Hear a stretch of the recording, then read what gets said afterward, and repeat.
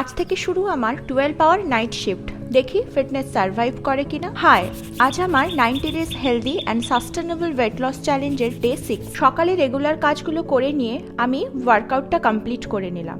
ওয়ার্কআউটের পরে ফিউল দিলাম বডিকে oats, protein powder, mango আর mix seeds দিয়ে। পারফেক্ট রিকভারি মিল। এখন পরপর আমার 3 দিন নাইট ডিউটি, তাই স্মার্ট ওয়ার্কটা আমাকে আজকেই করতে হবে। তাই 3 দিনের মিল প্রিপারেশনটা আজই কমপ্লিট করে নিলাম। তারপরে ঘরের সমস্ত কাজ কমপ্লিট করে নিয়ে লাঞ্চে রাইস, চিকেন কারি, স্যালাড আর লাউয়ের তরকারি খেলাম। তারপরে পাওয়ার ন্যাপ।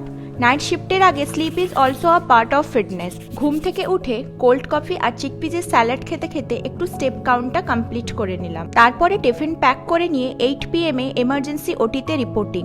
এখানে পুরো রাত ওটি, সো লেটস গো। যাই হয়ে যাক না কেন, একটা জিনিস আর চেঞ্জ হবে না, আমার গোল। নাইট শিফট হোক বা busy life, Miles two miracle continue. দেখা হচ্ছে নেক্সট দিনে।